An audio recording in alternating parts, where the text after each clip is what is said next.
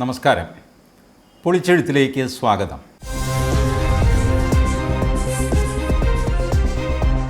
നമ്മുടെ നാട്ടിൽ മുസ്ലിങ്ങൾക്ക് അവരുടെ പ്രത്യേക കുടുംബ നിയമമുണ്ട്.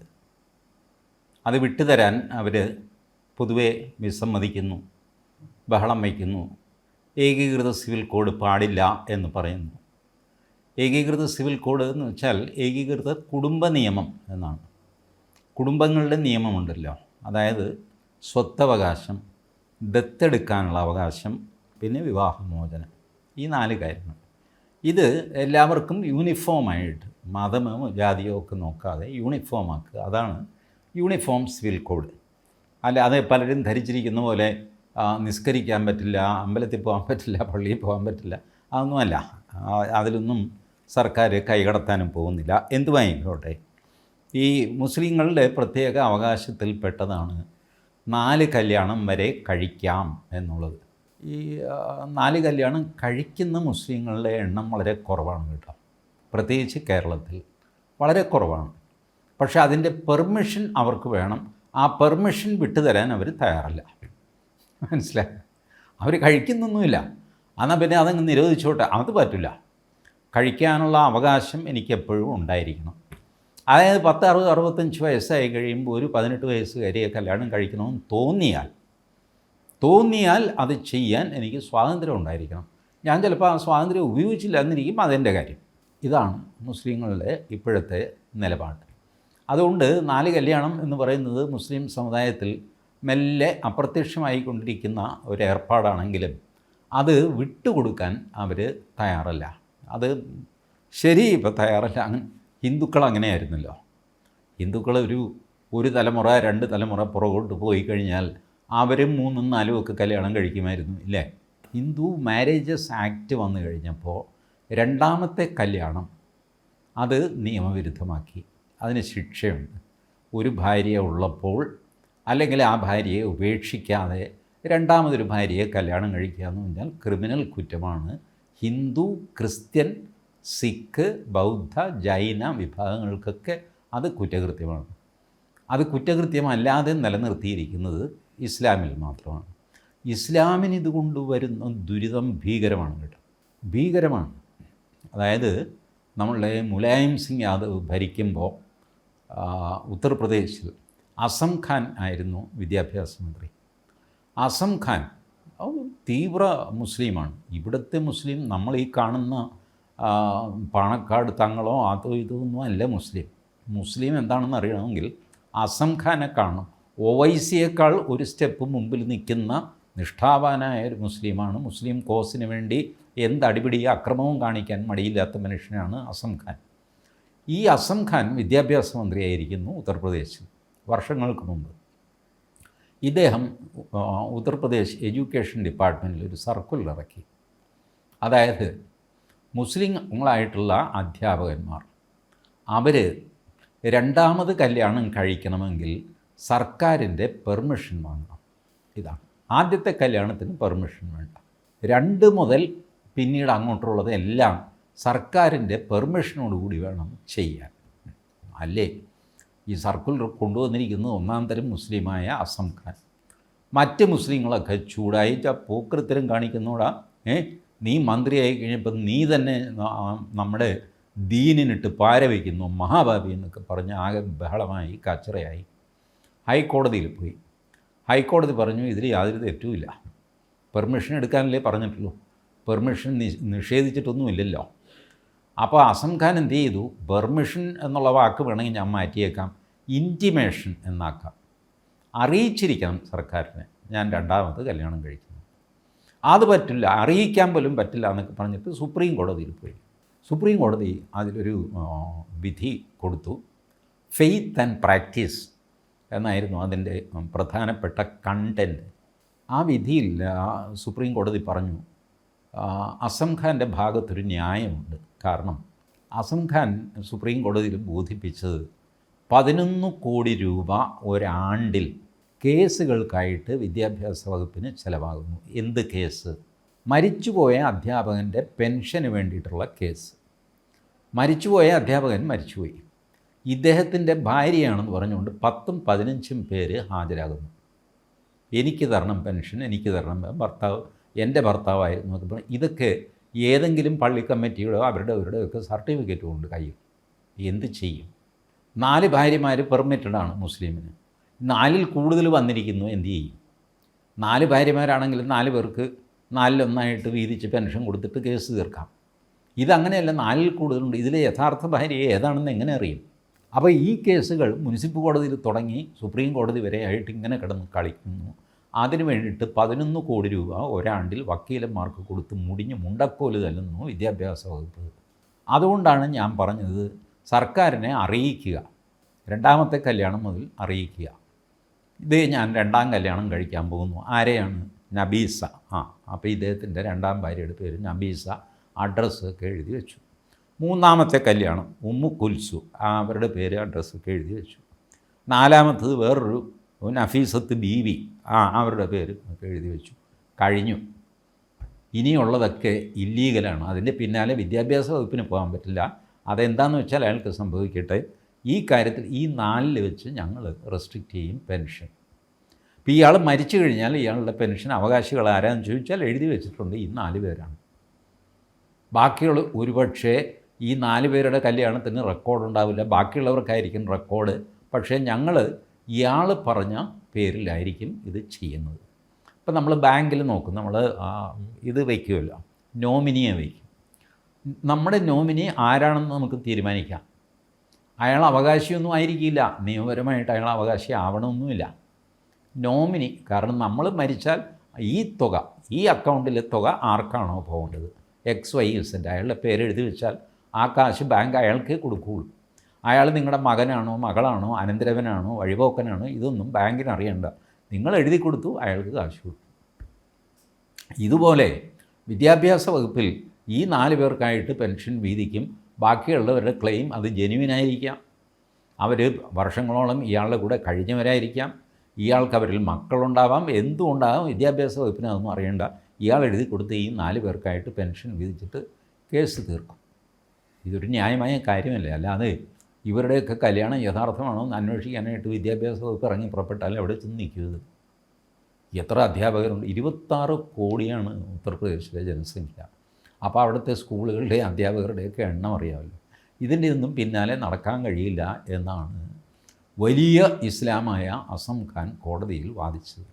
എന്നിട്ടും ഇപ്പോൾ ഈ പ്രശ്നങ്ങളൊക്കെ ഉണ്ടായിട്ടും ഏകീകൃത സിവിൽ കോഡിന് ഇസ്ലാം അനുകൂലിക്കുന്നില്ല, അസം ഖാനും അനുകൂലിക്കുന്നില്ല കേട്ടോ. അസം ഖാൻ സ്വന്തം ഡിപ്പാർട്ട്മെൻറ്റിൽ തലവേദന ഇല്ലാതിരിക്കണം എന്നുള്ളതല്ലാതെ ബാക്കിയുള്ളവരുടെയൊക്കെ തലവേദന അതുപോലെ തുടരട്ടെ എന്നുള്ളതാണ് അസം ഖാൻ്റെ. ഈ വിദ്യാഭ്യാസ വകുപ്പിൽ മാത്രമല്ലല്ലോ മുസ്ലിങ്ങളുള്ളത്, മറ്റു വകുപ്പിലും മുസ്ലിങ്ങൾ ജോലിക്കാരില്ലേ? അവർ മരിക്കുമ്പോഴും ഇതേ പ്രശ്നം അവിടെ ഉണ്ടാവില്ലേ? ഇതൊന്നും അസം ഖാന് ബാധകമല്ല. സ്വന്തം വകുപ്പിൽ കാര്യങ്ങൾ കൃത്യമായിട്ട് നടക്കണം. എന്തു വാങ്ങിക്കോട്ടെ, മുസ്ലിങ്ങൾക്ക് 4 കല്യാണം കഴിക്കാം.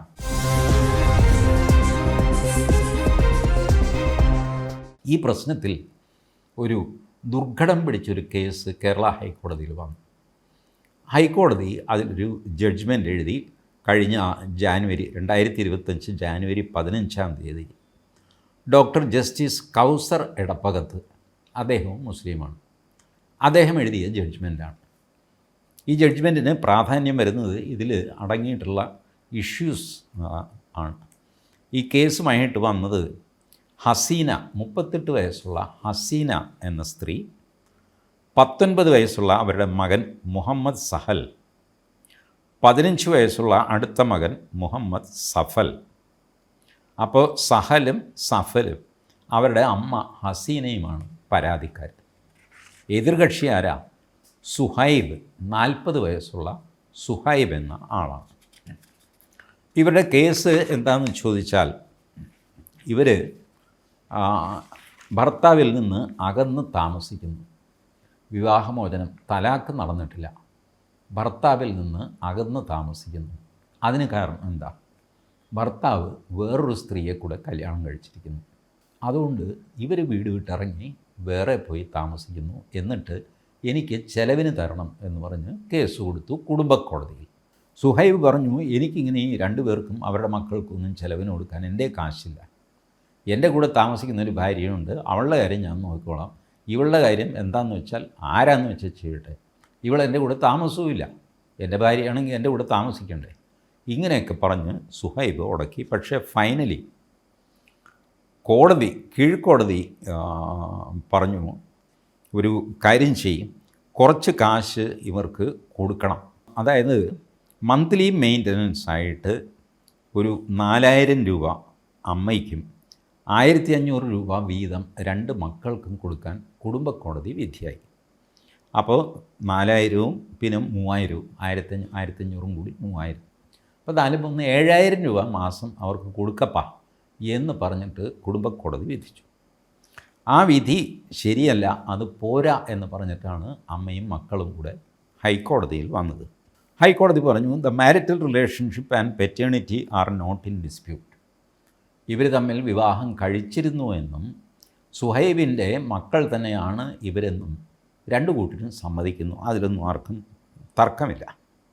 According to the petitioners, respondent is working abroad in a supermarket and earns more than 1 lakh per month. ഭാര്യ പറയുന്നത് ഭർത്താവ് വിദേശത്താണ്, ഒരു സൂപ്പർ മാർക്കറ്റിലാണ്, 1 ലക്ഷം രൂപ മാസം ശമ്പളമുണ്ട്. എന്നിട്ടാണ് ഈ ദുഷ്ടൻ ഞങ്ങൾക്കൊന്നും തരില്ല എന്ന് പറയുന്നു. കീഴ്ക്കോടതി പറയുന്നു 7000 രൂപ കൊടുക്കുമെന്ന് പറയുന്നു. ഇതൊന്നും പോരാ, ഞങ്ങൾക്ക് ഒരു 10000 രൂപ ഭാര്യയ്ക്ക്, 8000 രൂപ മൂത്ത മകന്, ഇളയവന് 6000 രൂപ, ഇങ്ങനെ 10 8 18 6 24,000 രൂപ മാസം ഞങ്ങൾക്ക് കിട്ടണം. അതിന് ഇയാൾക്ക് വരുമാനമുണ്ട്, 1 ലക്ഷം രൂപ മാസം കിട്ടുന്നതല്ലേ. It is also alleged that the respondent earns 25,000 per month from the landed property. ഇവിടെ നാട്ടിലുള്ള പ്രോപ്പർട്ടിയിൽ നിന്ന് 25,000 രൂപ ഈ ഭർത്താവിന് വേറെയും വരുമാനമുണ്ട്. അപ്പോൾ 1.25 ലക്ഷം രൂപ വരുമാനമുള്ള ഈ ദുഷ്ടനാണ് ഞങ്ങൾക്ക് 10 പൈസ തരാതെ ഞങ്ങളെ അറിയില്ല പോടാന്നൊക്കെ പറഞ്ഞിട്ട് ഞങ്ങളെ തല്ലി ഓടിക്കുന്നത്. ഇതാണ് ഇവരുടെ പരാതി. Respondent admitted that he was employed in Gulf. ഇയാൾ സമ്മതിക്കുന്നു, ഞാൻ ഗൾഫിലായിരുന്നു. However he has taken a contention that he has return from Gulf and now working as an employee in a bakery in Madras. According to him he is only getting 8,000 rupees per month. He has also contended that he is suffering from various ailments and has to maintain his second wife. ഇയാൾ പറയുന്നത് ഞാൻ ഗൾഫിലൊക്കെ ആയിരുന്നു, കാര്യം ശരിയാണ്, പക്ഷേ ഞാനിപ്പോൾ തിരിച്ചു വന്നു. മദ്രാസിലൊരു ബേക്കറിയിലാണ് എനിക്ക് ജോലി, 8000 രൂപയും മാസം ശമ്പളമുള്ളൂ. എനിക്കൊരുപാട് അസുഖങ്ങളൊക്കെ ഉണ്ട്. കൂടാതെ എൻ്റെ ഇപ്പോൾ കൂടെയുള്ള ഭാര്യയുണ്ടല്ല, അവളുടെ ചിലവ് ഞാൻ വഹിക്കേണ്ടതുണ്ട്. അതുകൊണ്ട് ഈ ആദ്യത്തെ ഭാര്യയ്ക്ക് 5 പൈസ ചിലവിന് കൊടുക്കാൻ എനിക്ക് പറ്റില്ല. ഇതാണ് സുഹൈബിൻ്റെ വാദം. As stated already, the definite case of the petitioners is that respondent is employed in Gulf, earns 1 lakh per month. He was employed in Gulf, but ഇപ്പോൾ റിട്ടേണായി. ഇങ്ങനെയൊക്കെ പറഞ്ഞ് കേസിൻ്റെ സമ്മറി പറയുന്നു. However, absolutely no piece of evidence has been produced by the respondent to prove where he works now and what his income is, which is a fact within his exclusive knowledge. ചെന്നൈയിലാണ്, ബേക്കറിയിലാണ് എന്നുള്ളതിന് യാതൊരു തെളിവും സുഹൈബ് ഹാജരാക്കുന്നില്ല, ചുമ്മാ അങ്ങ് പറയുകയാണ്. അപ്പോൾ ഇയാൾ ഗൾഫിലായിരിക്കും എന്ന് കോടതിക്ക് സംശയം തോന്നി. വേണമെങ്കിൽ അത് അന്വേഷിച്ച് കണ്ടുപിടിക്കാം. അതിനൊന്നും കോടതി പോയില്ല. കോടതി പറഞ്ഞു, an able bodied husband must be presumed to be capable of earning sufficient money to maintain his wife and children and cannot contend that he is not in a position to earn sufficiently to maintain his family. പൂർണ്ണ ആരോഗ്യമുള്ള ഒരാൾ, ഇയാൾക്ക് അസുഖമാണെന്നുള്ളതിന് സർട്ടിഫിക്കറ്റോ സംഗതിയൊന്നുമില്ല, പൂർണ്ണ ആരോഗ്യമുള്ള ഒരാൾ അയാളുടെ ഭാര്യയ്ക്കും മക്കൾക്കും ചെലവിന് കൊടുക്കാൻ കപ്പാസിറ്റി ഉള്ളവനാണ് എന്ന് വേണം പ്രിസ്യൂം ചെയ്യാൻ. നിയമം അങ്ങനെയാണ്. നിങ്ങൾ ചുമ്മാ മടി പിടിച്ച് വീട്ടിലിരിക്കുന്നതിന് നിയമത്തിനൊന്നും ചെയ്യാൻ പറ്റില്ല. ഭാര്യയ്ക്കും മക്കൾക്കും ചെലവിന് കൊടുത്തേ പറ്റുള്ളൂ. നിങ്ങളാണെങ്കിൽ വേറൊരു ഭാര്യയെ കല്യാണം കഴിക്കുകയും ചെയ്തിരിക്കുന്നു. The onus is on the husband to establish with necessary material that there are sufficient grounds to show that he is unable to maintain the family and discharge his legal obligations. തെളിയിക്കേണ്ടത് ഭർത്താവിൻ്റെ ബാധ്യതയാണ്. തനിക്ക് അസുഖമാണെന്നും തനിക്കൊന്നുമില്ലെന്നും ഒരു ബേക്കറിയിൽ എടുത്തു കൊടുപ്പാണ് ജോലിയെന്നും അവിടെ ആകെ 8,000 രൂപയെ കിട്ടുന്നുള്ളൂ എന്നും ഒക്കെ തെളിയിക്കേണ്ടതാണ്. പക്ഷേ അത് തെളിയിക്കാൻ ഇദ്ദേഹം ഒരു കടലാസ് പോലും കോടതിയിൽ ഹാജരാക്കിയിട്ടുമില്ല. അപ്പോൾ അത് കഴിഞ്ഞിട്ട് സുഹൈബ് പറഞ്ഞു, he take yet another contention that he left his company, refused to live with him without any sufficient reason and hence not entitled to maintenance. ഈ ഭാര്യ അടുത്ത ഈ ആളുടെ വാദമാണ്. ശരി, ഇതൊക്കെ പോട്ടെ എമാനെ, ഇവൾ എൻ്റെ കൂടെ അല്ല താമസിക്കുന്നത്, ഇവൾ ഇറങ്ങിപ്പോയവളാണ്, ഇവൾക്ക് 5 പൈസ കൊടുക്കാൻ എനിക്ക് ബാധ്യതയില്ല. എൻ്റെ ഭാര്യയാണെങ്കിൽ എൻ്റെ കൂടെ പൊറുക്കണം, അല്ലാതെ എവിടെയെങ്കിലും പോയി മാറി താമസിച്ചിട്ട് പിള്ളേരെയും എന്നിൽ നിന്ന് പിള്ളേരെ അയാളുടെയാണെന്ന് അയാൾ സമ്മതിക്കുന്നു. അതുതന്നെ വലിയ ദൈവാധീനം. എന്തുമായിക്കോട്ടെ, ഇദ്ദേഹം പറഞ്ഞു, it is also contented that with the meagre income he gets from his present job he has to maintain his second wife as well. ഇപ്പം കിട്ടുന്ന ശമ്പളം കൊണ്ട് രണ്ടാം ഭാര്യയെ പോറ്റാനേ തികയുള്ളൂ. The Muslim personal law though permits the husband to contract a second marriage during the subsistence of the first marriage in exceptional circumstances, specifically mandates that the husband is bound to treat both wives equally and equitably. ഇതാണ് ഈ ജഡ്ജ്മെൻറ്റിൻ്റെ പ്രധാന ഭാഗം. Judge പറയുന്നു, മുസ്ലിം personal law അനുസരിച്ച് നിങ്ങൾക്ക് രണ്ടാമത് കല്യാണം കഴിക്കാം, ഒരു കല്യാണം നിലനിൽക്കെ രണ്ടാമത്തത് കഴിക്കാം. പക്ഷേ രണ്ടാമത്തെയോ മൂന്നാമത്തെയോ നാലാമത്തെയോ കഴിക്കുമ്പോൾ ഈ 2 ഭാര്യമാരെ അല്ലെങ്കിൽ 4 ഭാര്യമാർ തുല്യമായിട്ട് നോക്കാനുള്ള ബാധ്യതയും നിങ്ങൾക്ക് മുസ്ലിം പേഴ്സണൽ ലോയിൽ ഉണ്ട്. അണീക്വലാകാൻ പാടില്ല. ഒരു ഭാര്യയ്ക്ക് ചിലവിന് കൊടുക്കും, മറ്റേ ആൾക്ക് ചിലവിന് കൊടുക്കുകയില്ല എന്ന് നിങ്ങൾക്ക് വാദിക്കാൻ പറ്റില്ല. കല്യാണം കഴിച്ചു കഴിഞ്ഞാൽ പിന്നെ ഈ 2 ഭാര്യയും തുല്യരായിട്ട് നിങ്ങൾ പരിഗണിച്ചേ പറ്റുള്ളൂ. അതാണ് മുസ്ലിം പേഴ്സണൽ ലോ.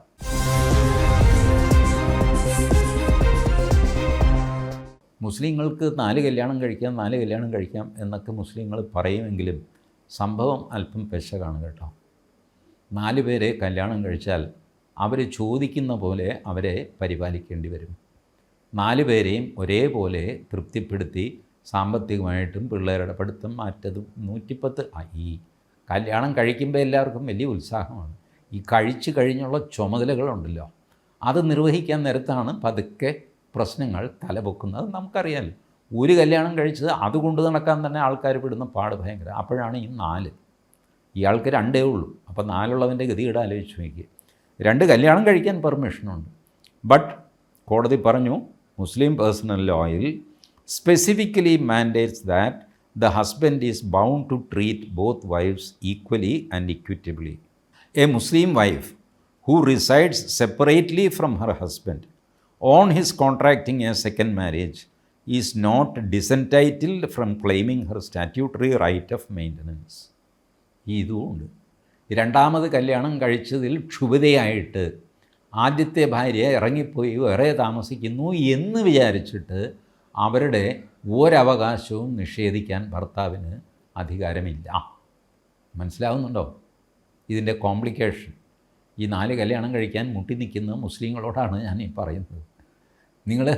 നിങ്ങളുടെ ബുദ്ധിമുട്ടൊക്കെ എനിക്ക് മനസ്സിലാവുന്നുണ്ട്, നിയമത്തിനും മനസ്സിലാവുന്നുണ്ട്. പക്ഷേ ആദ്യ ഭാര്യയ്ക്ക് ഇറങ്ങിപ്പോകാൻ സ്വാതന്ത്ര്യമുണ്ട്. വിവാഹമോചനം നേടാതെ തന്നെ അവരുടെ അവകാശങ്ങൾ മുഴുവൻ വാങ്ങിയെടുക്കാനും അവർക്ക് കോടതി വഴി സാധിക്കും. ഇതുപോലത്തെ കോംപ്ലിക്കേഷന് പോകാതെ ഒരു കല്യാണം മതി എന്ന് വിചാരിക്കുന്നതല്ലേ അതിൻ്റെ ഭംഗി? മുസ്ലിങ്ങൾ അങ്ങനെയും ഒന്ന് ചിന്തിക്കേണ്ടതല്ലേ? ഈ ഏടാകൂടത്തിനൊക്കെ പോകുന്നത് എന്തിനാണ്? ഇപ്പോൾ ഈ പറഞ്ഞ അമ്മയും മക്കളും നല്ല ഗട്ട്സായിട്ട് അവർ ഫൈറ്റ് ചെയ്യുന്നവരാണ്.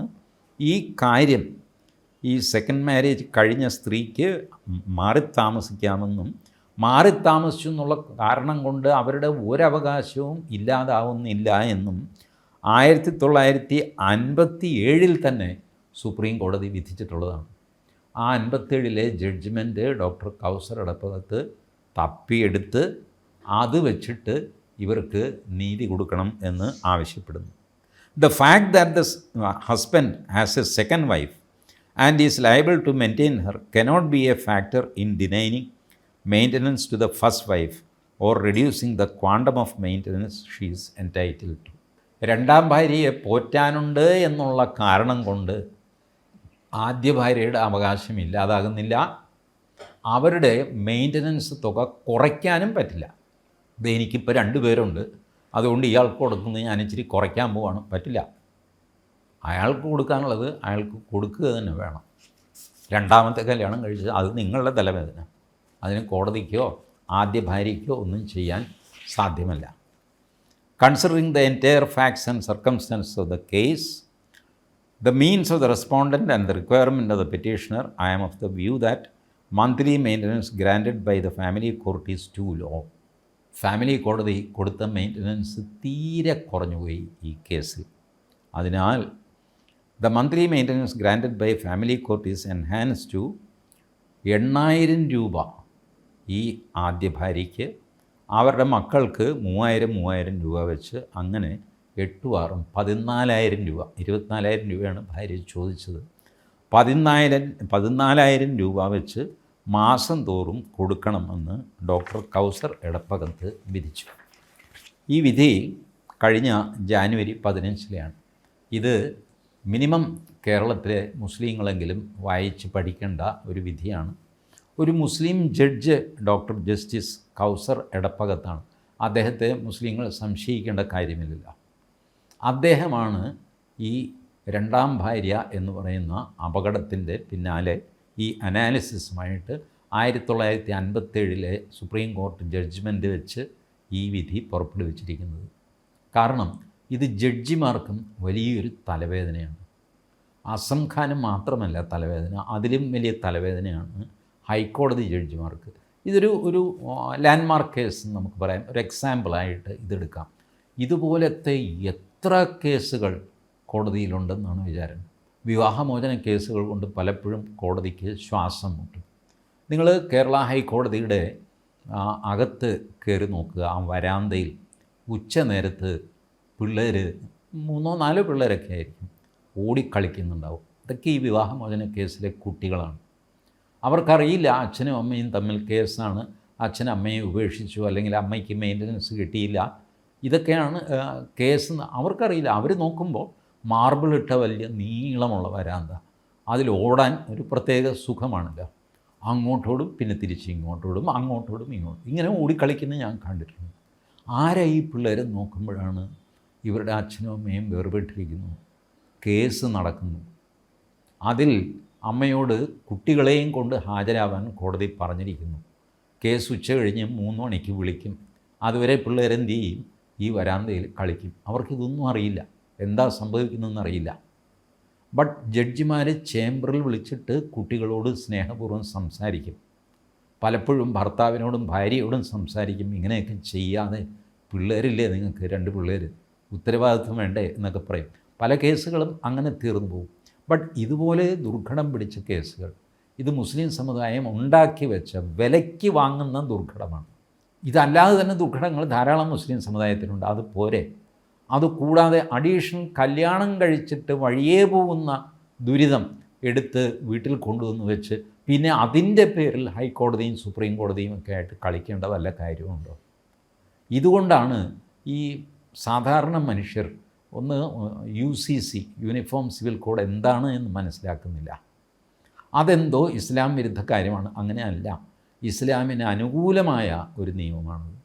ഇസ്ലാമിൽ ഇപ്പോഴുള്ള ദുരിതങ്ങളുടെ ഒരു 40% ഈ വിവാഹങ്ങൾ കൊണ്ട്, നമ്പർ ഓഫ് മാരേജസ് കൊണ്ട് ഉള്ളതാണ്. അത് നിഷേധിച്ചിട്ട് കാര്യമില്ല. കേരളത്തിൽ അത് എണ്ണത്തിൽ കുറവായിരിക്കാം, കേരളത്തിന് പുറത്തെ എണ്ണത്തിൽ അല്പം കൂടെ കൂടുതലാണ്.